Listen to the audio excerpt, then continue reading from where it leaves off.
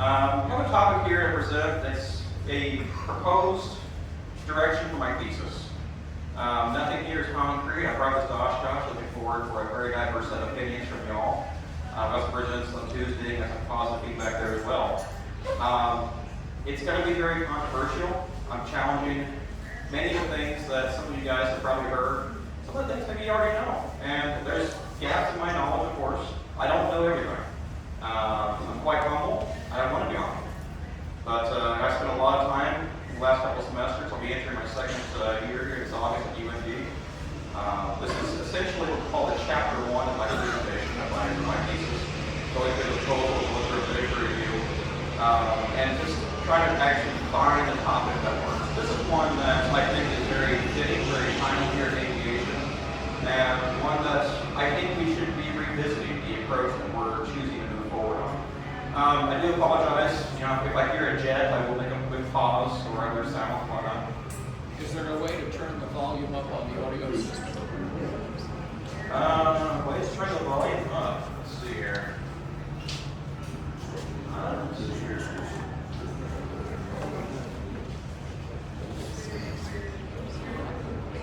Test. Is that better? Oh, good. There we go. A little bit overmodulated. Just slightly turn back. That good? Hear me in the back there just fine?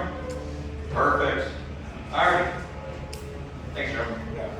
You are circling a sign sheet. I don't have a website yet. I'm putting one together. It's making its rounds around. I like to have an email list just for those of you who want to stay informed. I'll be doing at least quarterly updates about the project. This is a cooperative project with the University of North Dakota with Embry-Riddle. They've agreed down there at Dakota Beach to help me out with this. In fact, they're quite excited and ecstatic for it. So if you'd like to be staying the updates on this, just put your name and email on that list floating around. You're not compelled to. I understand some people don't want to share their email. That's totally fine. I won't spam it too much. But it certainly helps us as we move forward and establishing more attention and publicity for the project that I think everyone needs to know about. All right, a little bit about myself. I'm a commercial multi-engine rated pilot. I am secretly looking for a 135 opportunity. So if anybody knows of anything, I can plug that. Yeah, I put my resume here, right? I can plug myself, I believe, right? That's my Cherokee up there. She's 1965. Nickname Aurora. I've flown her all over the country. My wife and I just go around trying to burn time. Take 1,500-hour rule. Well, I don't believe in doing slow flight in the pattern. I like to kind of go out there and see things. So I've been a little bit everywhere. But got my associate in journalism, associate in science, 2009, Kaskaskia College, small community college back in Downstate, Illinois. Did my bachelor's in atmospheric science. I'm a certified meteorologist, one of about 630 in the world, focusing primarily on air quality. 2010, 11, somewhere in there. I did the preliminary research for the air quality forecast model, looking at forecasting boundary layer features, inversions, those sorts of things. Went on, it's become a larger part of many weather models now. We actually can issue air quality alerts many days in advance from future work that's been done with that project. Similar to what I'm proposing here is very much preliminary framework for future work. This is not something that I'm going to solve. This is not something that one or two people are going to solve. Rather, what I'm proposing here, like what I did back in school lines, is going to require a lot of brain, a lot of PhDs, a lot of specialists in different areas of science. And of course, I'm working down on aviation safety, probably 2027. Depends if I get that 135 gig or not, but it might delay things a little bit, but we'll see how that works out. So I want to begin by dispelling some rumors. Those of you who went to Jennifer, Senior Director of Lifelong in her presentation, this is she's actually with Eagle. This is actually lifted from the Eagle website. You can check it yourself. Go on there, check out their FAQ. It's towards the bottom a little bit. And they're looking at their FAQ on their transition plan. What measures are in place to protect supply for low level? Well, it's been popularly misrepresented. I think there needs to be a correction issued on some of the journalism that's come out in recent months. I won't go any further than that, but I want to say there is no legislative ban on 100 low level 2030. And it's a goal, not a cutoff. And I think that's been misrepresented by some aviation reporters recently. The FAA in 2025 did an assurance program requiring the continued availability of 100 low lead aviation gasoline at federally funded airports through at least the end of 2030, or until an approved unleaded alternative becomes widely available. There is no drop-off. Our planes aren't going to be worthless here. The value is not gone. I know that stuff's all been reported out there. Unfortunately, it's just not, even from the most official source on it, It is government information, take it for what you believe in it. But, you know, that's not the plan. So I wanted to throw it out there. And by the way, I can kind of leak it here. I have it from good information from a source that I don't want you to identify, that the 2030 mandate is already slacking. Europe, last June, the European Commission voted unanimously to push their own 2030 mandate to 2032. Similar things happening here in the United States. There'll be announced with Eagle and some of the reporters are writing stories right now on this very thing. That was, you know, the EAA Minister, he did a talk here yesterday, kind of talked around that idea, but it's underway. It's going to be moved. I'll bet anybody a case of beer is going to be moved. I say that and I hardly drink, I promise you. So I'm going to begin by summarizing some of the past studies that have been done on this subject. Most interestingly, so my SME, my subject matter expert, Ronald Wilkinson, he was the co-chair of PAFI, the Piston Aircraft Fuels Initiative, the initial program the FAA started in 2010, 2009, I can't remember exactly the start date on it, but that was the original program. It's still alive. Eagle's sort of an evolution of it, but PAFI's still technically with us. What the original plan was with PAFI was to explore alternative fuels for piston aircraft. And they were working towards, you know, Mr. Wilkinson, he did the publication, I'll get to it later, on 100 very low lead. But unfortunately, what really happened is as that committee was getting together, as they were spitballing ideas in their conferences, there was a study that came out in North Carolina, this guy right here. And what they had done is they studied 6 different counties, different airports around the state, and they wanted to do a geospatial analysis on what is there a correlation, I should say, between children's blood levels and proximity to living near an airport. Okay, it's an interesting topic. Well, the state of North Carolina has an interesting requirement. And it goes back, I think it's an outdated requirement, but they require that children who are starting school in North Carolina, they have to undergo a blood test. One of the things they look for is lead in their bloodstream. So that's still on, to my knowledge, it's still an ongoing requirement in North Carolina even today. So it creates an interesting data set that you can start to do things with. I understand the point. As a scientist, that would perk my curiosity too. That's a really interesting approach there to combine our best scientific insights actually come from when we're able to take data sets from different disciplines and put them together and start telling a more complete story. So it's a cool idea.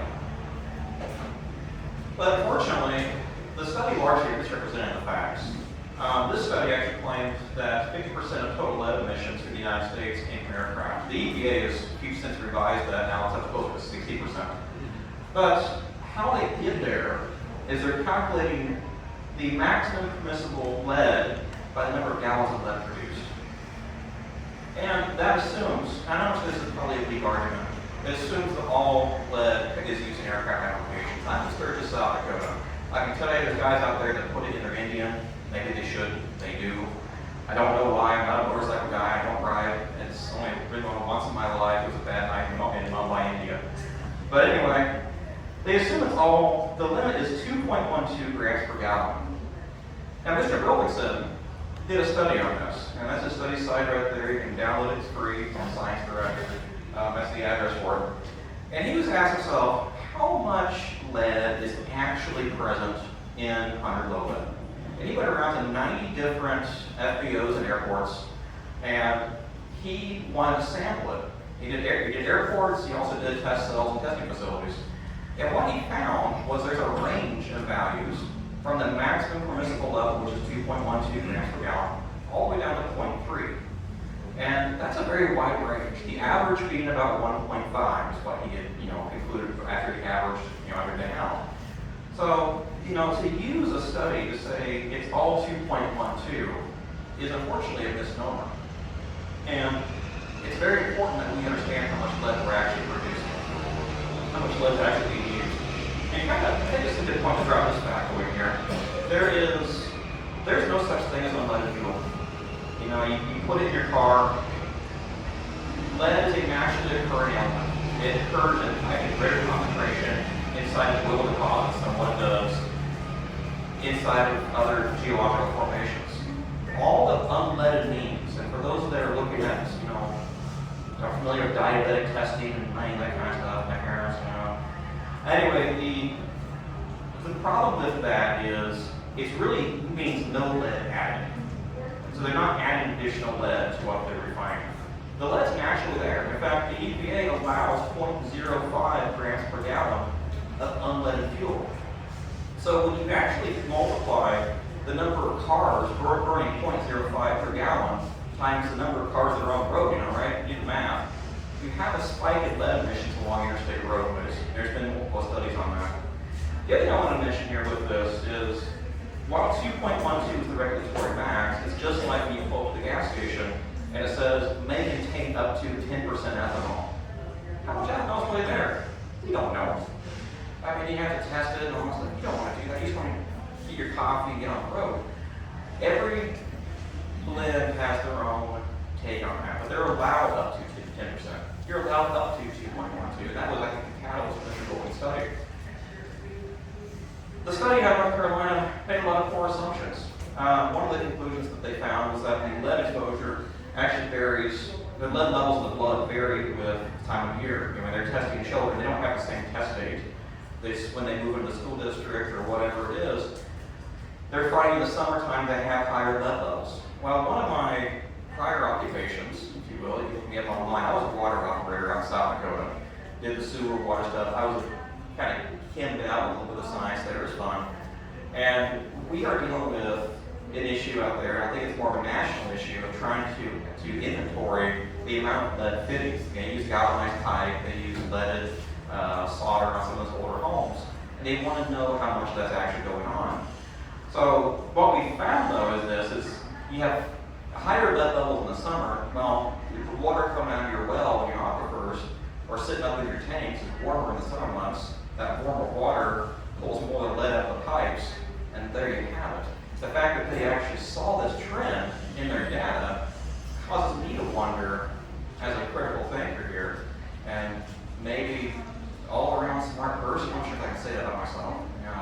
I took Calc 1 4 times. But it makes me wonder if there's an amount of correlation here that they're looking at that is more of a primary on a secondary source. I mean, there's also, it's true, more GA flying that happens in the summertime as well. I'm not sure about North Carolina, but where I'm from South Dakota, we don't have a whole lot of flying that goes on in the winter months. Most people put it away in the winter, and they shouldn't do that. I agree. Anyway, the other thing is they failed to survey how long these children had actually been present in those addresses.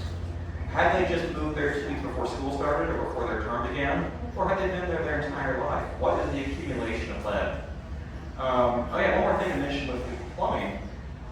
What they had found was that there was a very wide correlation. 1970 being the median house age, one standard deviation was 30 years. So 68% of your houses are between 1940 and year 2000. That's kind of your curve right there. That covers a lot of different construction methodologies. I like to think that the lead paint can hang it over, but you're definitely going to be having issues where you're looking at the lead plumbing still in walls. So that brings me to the next point. They still need the standards for statistical significance. I won't bore everybody here with a discussion about statistical significance or what I think that means. But I will say in this study, they modify their p-value. Usually use a p of 0.05.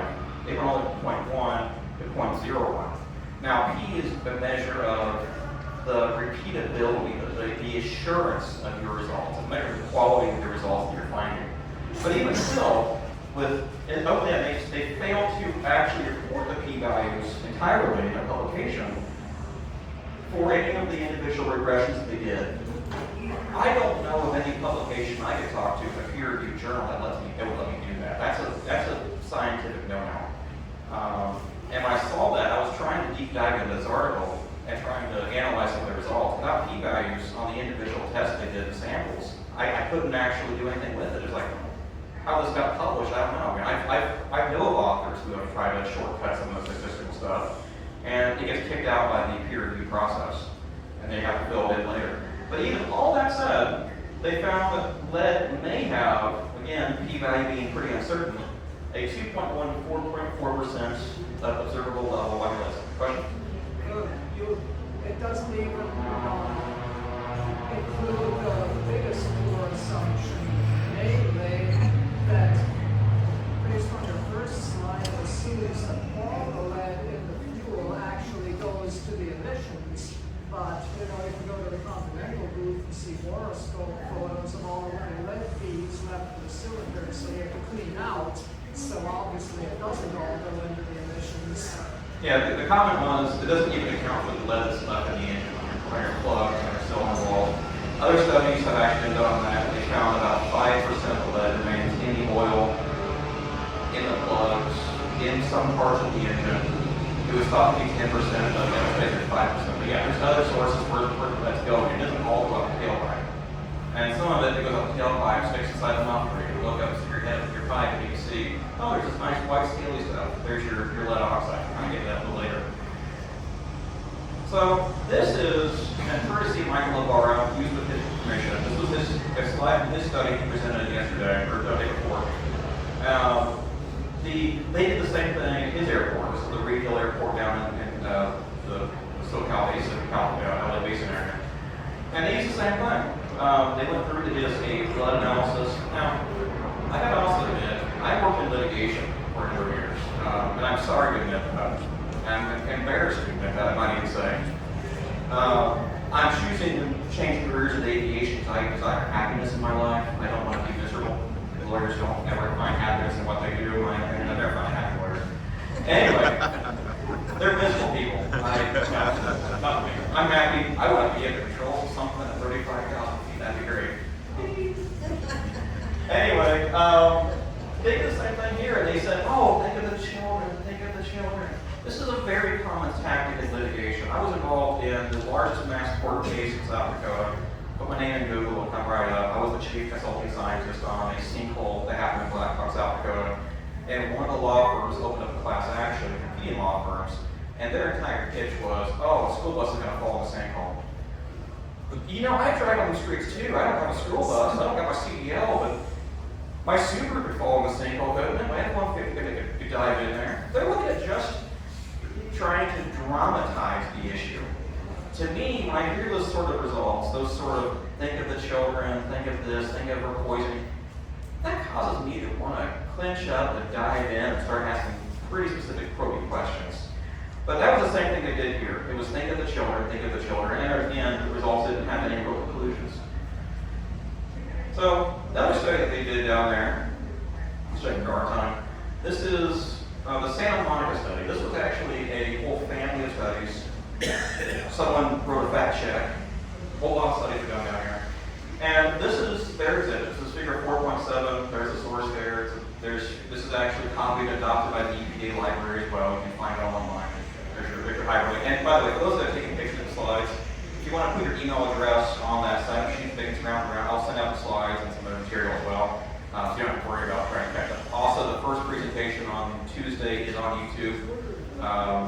I'm recording this one as well. I'll be putting this one on YouTube. I hope I'm doing a better job. I was a little nervous on Tuesday. I feel a little better now.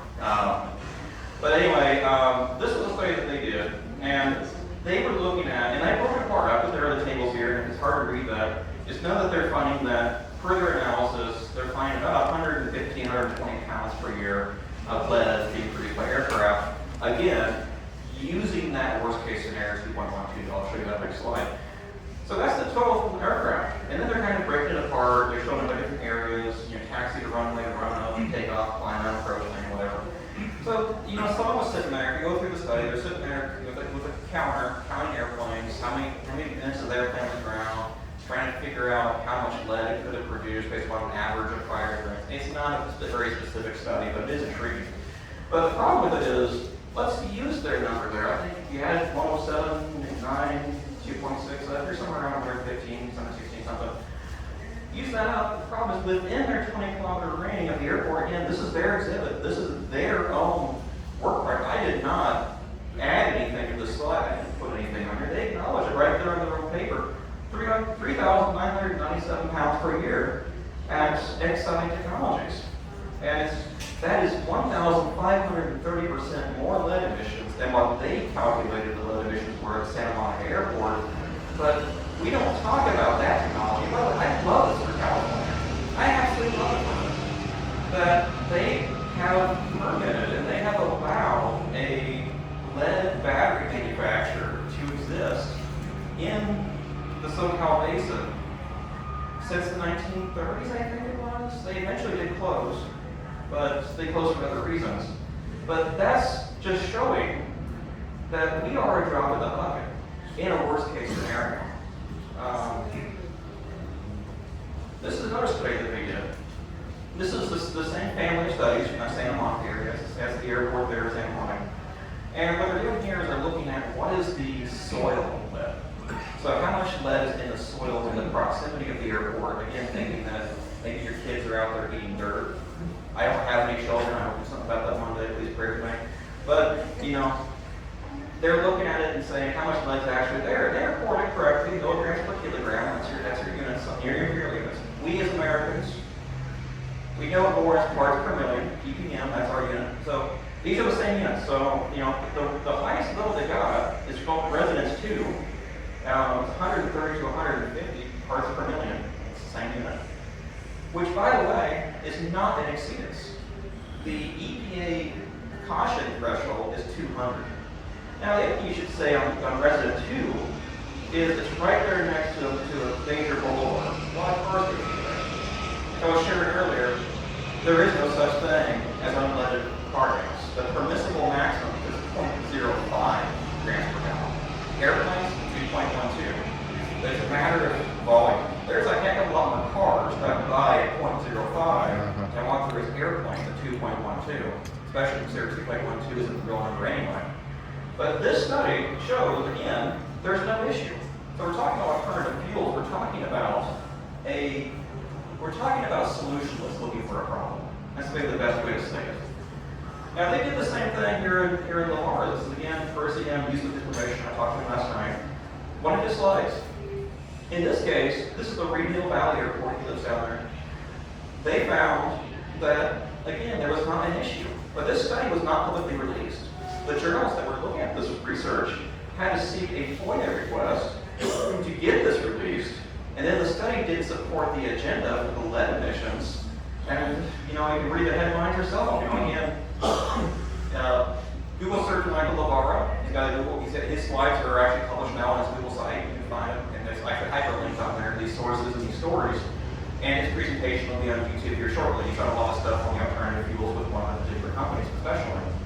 But you know, it's the same sort of story. In this case, they paid for it with public funds and tried to hide results.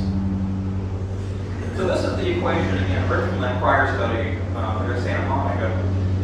Again, their work, not my slide, that's a copy and paste a picture of one of their pages of their study. Showing again, they're using PD per gallon, which is a laser pointer. But 2.12 grams per gallon is the assumption that they used. We know it's not right. Thank you, Mr. Wilkinson, for your work. This is another part of the Santa Monica study. Again, they spent a lot of money down there at the Santa Monica Airport. And here what they're looking at is airborne lead. And they're finding that there is indeed a hot spot here. For those pilots, you know what that means. There's a concentration there that's within the area, the run area, the runway actually, let's see what's the other run. Runway kind of runs along that direction there, that axis. And, what that's from is where you have an engine, your 2,000 RPM, got a light coming, something different if you're not, unless it's behind a light coming. I'm sorry if you're not guys. But, that would be kind of expected. But specifically what's interesting here is the transportation range of your lead. So lead is very heavy. It's 82 in the periodic table, I think. Someone fact check me on that. 82 in the periodic table, more mass is about 200 plus grams per mole. The density of atmosphere around you is 28.77 grams per mole. The only reason I say that, the only, hit the I accept button here, but the only reason I say this is lead does not mix into the atmosphere. It doesn't have a long transport corridor. It's not like, NOx, which actually does have a very long, duration in the atmosphere. I live in Sturgis, South Dakota. If the conditions are right, you can get smog in Sturgis from the Denver metro. It does happen to measure by other studies. Lead, it's basically microscopic rocks blowing out of your exhaust system. It doesn't travel very far. And an aircraft at 1,000 AGL or whatnot might be able to throw it. The studies that were done in North Carolina on this, they were saying the subject of the transportation mechanisms. They found that they could move it no more than a kilometer. They couldn't even find any sort of rise. It was undetectable. But again, it's a function of your winds and your altitudes and all sorts of things. But it doesn't cover a very wide area. It's also kind of interesting. this is based upon 12 air quality sensors they had in the field, and the soil samples they were gathering were actually part of our field list. This is the same picture as this. So they're pulling samples way out there, 120 milligrams per kilogram, that near road sample. Well, according to your air quality analysis that was ran for 3 months, nothing should have really transported that far. So it's just more, interesting and consistent. I just now saw that one right now. But, so you kind of get the point. Now, I'm going to start talking some of the challenges here with alternative fuels. And I'm not here bad-mouthing alternative fuels. Swift, GAMI, all those guys. I hope we eventually can get there. The problem is there's a lot of challenges. Like, you got a question? You had mentioned repetitively that the maximum allowable lead level in unleaded fuel was 0.015 or 0.05. 2.12 is the maximum allowable. 1.5 is what's actually observed. Okay. And I'm talking about in unleaded fuel. Oh, 0.05 part mass, yes. Yeah, but that's the maximum allowable. But what's actually, if you test it, what is it? It's probably less than the maximum. Probably less than actual. That's a great question. I should think of that answer to that. I'll put that in my paper. That's a good thought. But we do know, even from the California study, so when they were looking at lead in the area, when they were doing this work, there it is. When they were doing this work, there was another table in there that was chronicling the amount of lead they were finding near the interstate, near the freeway, near the 101, near the 10, that was going through there. And they did find higher levels of lead, that were still under the threshold. I believe it was like 60 to 80, I think was where they were at, parts per million of those samples. But yeah, I should take a look at that for sure, make sure that we're tracking there. But good question. So anyway, I'm not bad about alternative fuels. I do hope we do find a solution. I understand the concerns of petroleum lead. I'm not going to say, hey, it's safe to use it, we should keep lead kind of forever and ever. It has limitations. I mean, we have to be responsible, just like we do anything. We have to be responsible curators of our environment. But my concern is that we're jumping into a problem and we're going to replace lead with something worse. And possibly even make it an air safety issue by doing so in a way that's more dangerous to the public at large than what the current scenario is using the 100 low lead. So, this little bit here, MoGas, many of us use it. I use it in my Cherokee. It's low compression, no 320. About 200 hours in, I need a new engine. Problem is with MoGas, a lot of things. It's not a consistent blend. There is every manufacturer, BP, Chevron, Shell, pick your favorite small-town gas station, Casey's, whatever you got. Southern Peaks, by the way. They all got their own secret sauce. Their own, they put their own additives in there, their own detergents. They all have their own way that they do it. And then they have seasonal variations as well. They have the summer blends, they have the winter blends, they have transition blends, they have regional blends based upon, the fuel they might sell in Minnesota or North Dakota is going to be different than the fuel they sell in Louisiana a lot of times of the year. So there's a whole science that goes into that, and it's designed to give the automotive user in their particular region the best results possible, meeting emissions and economy and everything else. It's brilliant. Aircraft, we need a little more consistency with that. And the real problem with MoGas is it has a pretty low boiling point, which means a high vapor pressure. This is where you start getting into vapor lock, with high temperature air-cooled engines. It works great when you got a liquid-cooled engine. It works great when you're not going to 15,000 feet.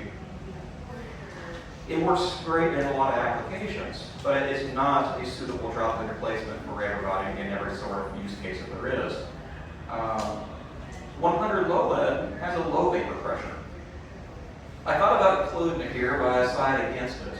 You can put 100 low lead in a microwave, heat it up for 20 minutes, and nothing explodes. Alcohol is involved. It's a fun time of all. Yeah, America 250 right there now. But made a video that nothing happened. I do not recommend. I'm pretty sure the FBI will be upset if they find out it's microwave used. So with 100 low lead, the flash of the spontaneous ignition point is 800 Fahrenheit at standard temperature and pressure, sea level, whatnot. Car gas, it's an inconsistent blend. It's a sliding scale. You never really quite know what you're going to get, but generally it's between 425 and 475, maybe 500, that range. You know, it varies so much. There are kind of studies on that as well. But when we have an air-cooled engine, you're doing a long climb out to 10,000, let's say. And maybe you haven't leaned quite right. You know, on climb, I do full range all the way up to cruise. Then I pull the power and pull, let it all cool down. But I wasn't doing that on burning point. I didn't know the pilot. I would try to lean a little bit for the best power and continue to climb out. I had pre-detonation top dead center, which sounds like an oxymoron. You want your detonation, 10, 13 degrees so past for maximum pressure and all that fun stuff. Basically, at top dead center, the intake valve's still open. So at the top dead center, my pre-detonation happened. I had carbon deposits down the rocker arms on the intake side, and I had carbon in the case. New engine required it. It was an expensive lesson learned. I just didn't know. I was an idiot. So this, I'm going to be careful of how I describe this, because my eyes have been enlightened a little bit from Jennifer with Lycoming, talking with the Swiss guys a little bit too. There was a study a couple years ago at UND that the results of it, they only went for like a month and a half, involving the Swiss 94. And they were hoping that would be a suitable drop-in for their Archers. Ended up in a month and a half, it torched 120 cylinders. That happened. Lycoming took that under consideration in their research, trying to figure out, help UND understand how did this happen. They weren't even able to fully reproduce it. There's hypotheses about it. And what Jennifer shared with me was that in UND's flight testing culture, they leaned for top EGT. So they're within the pages of the POH, but they're at the top of the scale trying to save as much gas as they can. It's a pretty aggressive way of flying, as well as there's a question about the aromatics that were in the 94. And I understand from the Swift guys that they've changed the formulation. If anyone from the Swift president, the Q&A, we can talk about that a bit more. But anyway, they had a similar problem there that I had with my own 320 my Cherokee. There's another candidate fuel that has the 3 to 4.6% M2 on it. And again, I'm not going to go much into that, but it's a suspected carcinogenic. Suspected as in we just don't have the research on this yet. It's an aromatic airline, and it's particularly hazardous in aquatic environments. So again, back to my initial concern is that we are ultimately going to be having a scenario where the new chemical that's used as an octane booster is worse than what we already have.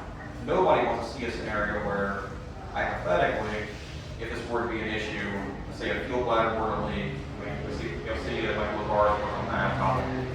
The fuel bladder were to leak, and it transforms over a seaplane based in Minnesota and Alaska into a superhot site. We don't have that problem under MOLA.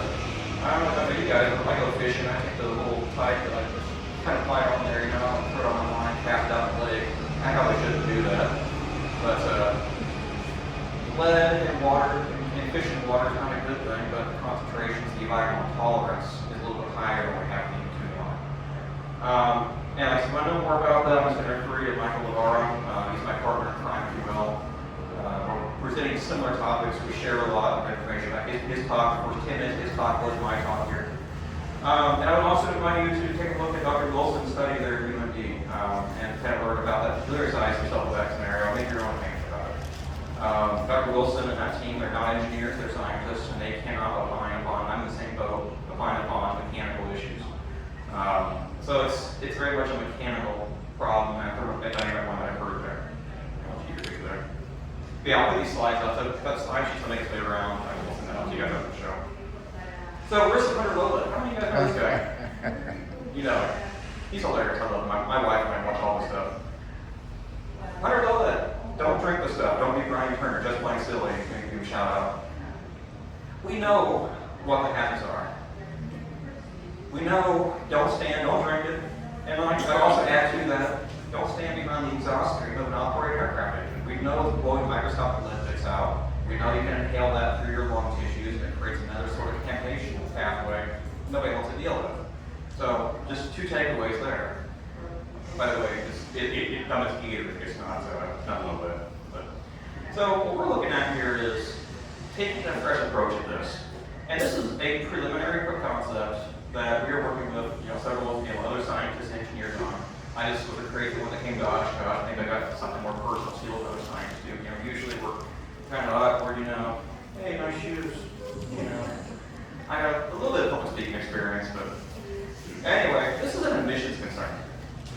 The teams that are working on this, I want them to be successful. I want this process to prevail and to be successful. Don't get me wrong. But this is an emissions concern. The current projects that are in this segment are looking at it as it relates as a fuel chemistry and petroleum engineering project. You can certainly resolve it that way, but in my scientific air quality background, I think that's the hard way to do it. And what we have is a three-way approach. The best way to reduce emissions is to reduce your fuel burn. How much of this stuff are you using? High energy variable timing electronic ignition. Sounds like a fun catchphrase. You can save, my own flying confirms this, and on the conservative side, 1 to 2 gallons per hour. So on a typical O320, an 8 gallon per hour engine, I'm saving a lot of gas. And I'm a cheap Cherokee driver, I much appreciate that. Reduce the tetra lead concentration in the fuel. You might have heard of 100 very low lead. It was a fuel, this fuel spec exists, it's already likely approved. Can't say that to some of the others, wait.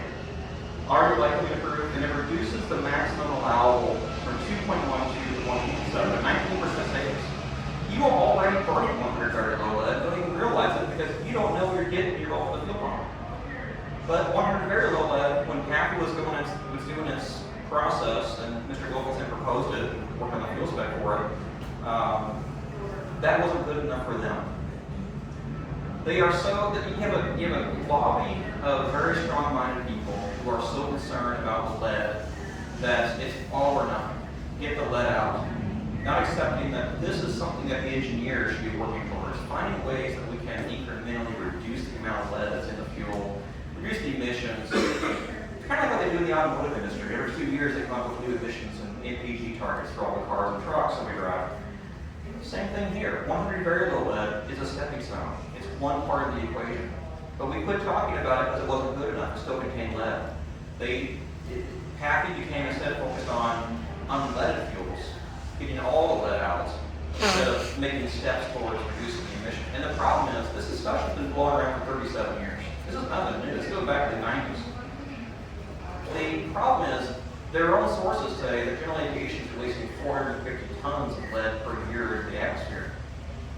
How many fewer tons of lead would be in the air? How much lower would the lead level be in the blood of our children if we took a sensible approach and adopted technology as it was available and adopted new methodologies and started taking a more responsible approach about this instead of waiting for this 2030? The alternative fuels guys are going to have a solution by then, put the pressure on them. There's things we can do today to tackle this as an environmental issue better. That argument's not being heard. 100 very low, that's nothing new. Had that been widely adopted by PAFI back in the 20-teens, it would have been available at your FBO 5 years ago at least. There's most of the refineries that work on 100 low lead are geared and tooled for 100 low lead. Again, I don't quite understand the differences on the manufacturing side. I'm not a petroleum guy, but I'm told those that do that it's a very viable fuel. And then what my research is also looking at is I believe we can go a step further than these two ideas. Because these things already exist. Your high energy variable time ignition, you can go get one today, make sure that's what it is. You can but very low lead already exists. We should be demanding it via the lower fuel pumps. But I'm looking at, I believe we can go further. I believe we can sequester tetra lead from the emission stream and actually further reduce it significantly. We can actually sequester it, we can hold it on the aircraft, it can be wipe out this anode at fuel or the oil change periods, and it's no longer being emitted. So I'd love to do that. So cars, and this is the most idea came from the automotive world, cars are chipped for emissions. Whether you drive a Mustang, Camaro, an F-150, whatever you got, they have emission sensors in the exhaust stream. And when they find that they're getting extra dirty stuff there, what they actually do is they will intentionally retard the timing, or they also use variable valve timing. They use their own version of FADEC, basically, to continuously monitor all these things. They will intentionally, at the exhaust port, introduce additional carbon monoxide. Carbon monoxide is a product of incomplete combustion because carbon monoxide is a reducing agent for nitrous, so your NOx, I should say. My idea is the same here. I want, combustion is dirty, but they use hydrogen variable timing electronic ignition to release extra carbon monoxide to reduce the NOx into O2. You can do the same thing in airplanes. Combustion in an aircraft produces lead oxide if you have a problem with your cylinder. It's not getting hot enough. Without going into a big long talk about this, when you have the red rings on your valves, those are other weird colors, those are typically your lead oxides that are being, you have something, you still don't get hot enough, basically. Complete combustion in a normal cylinder, gets up to the top enough temperatures, you're talking lead oxide, which is this little guy here, PBO, lead PBO. So, which can be reduced. PBO plus carbon monoxide yields lead 2 ion plus carbon dioxide, which goes back to happy tree, plus the the electrons there, and this PB2 plus can be held upon an anode. That's the idea of it. Is we can use an anode to harbor and sequester this lead in the emission stream, and then it just holds there 50 hours to do a oil change. You put the gloves on, wipe it out, throw it away as industrial waste. It didn't go into anybody's bloodstream or air or whatever else. They got disposed of properly. And we can do this in a way that doesn't affect the performance of the aircraft. Aircraft aren't actually tuned for performance. They're not tuned for emissions. But my hypothesis is that we can actually do something about that and we'll be more responsible in the problem. So in conclusion, lead emissions in aviation fuel can be minimized by reducing the lead content in fuel tanks. Again, the fuel spec 100 very low lead exists. Why it's not widely available, I don't know. You are already using it, guaranteed. Improving the efficiency of aircraft by putting high energy variable time ignition to replace your conventional high fuel systems. 20 to 25% savings in my personal observations. Again, I'm not giving anybody I'm not promoting a product. I'm just saying that technology is the way forward, and it's available in the certified world. So what we're looking at, though, additionally, because I have the controls that I require, using high energy variable time electronic ignition, I can alter the exhaust gas properties to reduce lead in its ionic form that can be sequestered upon, there should be an anode, not a cathode. In that process, there's a lot of variability there, but a similar process involving NOx, it's between 20 and 90% efficient. Again, I'm not a mechanical engineer, I'm not an exhaust engineer, I know one. But that's a situation where the engineers step in after they prove a concept, and they play with it. They figure out what is the best alignment of the anode, what's the best way to actually put this thing together.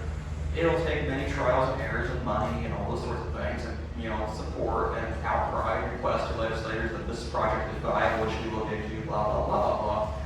But you put all that together between reducing the lead content in the fuel, increasing the efficiency of our engines, and then if we get this anode technology figured out, we can reduce lead emissions from about 17 gallons per hour to about 1 gallon per hour, assuming 8 gallons per hour fuel burns and the calculations on that. A 94% reduction. And like most things in engineering, you can often achieve a big change with little input, but getting that final 5%, let's say, is very complicated, very expensive. And given that the studies themselves that have come up on this subject, it's very much a problem looking for a solution. How important is that last 5%? How important is that last 10%? Given that there's no exceedances that currently exist, given that we know that people that live near interstate highways are themselves already in an elevated lead environment, myself included, I live near Interstate 90. What is the importance of that extra 5%? And my other question and concern here is that as we're barging ahead with the various chemicals, the M2E lines, the aromatic airlines, all the other stuff, I would encourage everyone to speak to Jennifer, maybe she can share her slide deck. I know Laura did his. She did a lot more, she's a lot more knowledgeable than I am on those things, but our knowledge overlaps here. We're speaking from the same plate here. What is the consequence of these other lead enhancing chemicals. Lead's well known, we know what it is, it looks like we can reduce it quite a bit. I think it's a vital and interesting study. But I'm here at Oshkosh to present this as a portion of my master's thesis, as a proposal for is this something that we should be pursuing, something that we should not be pursuing. And again, I'm humble. You know, I've lived a lot of careers, I've been in a lot of interesting life situations. You know, if I can't be your SOS when you talk about that or an airplane or whatever, but that's my contact information there. You know, you can send me mail, text, call, spam, whatever you want to do. Anybody reaches out, I'll talk to you.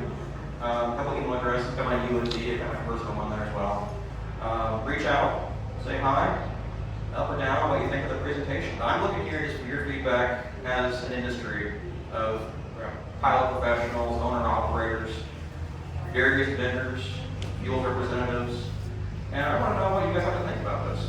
And with that, I'll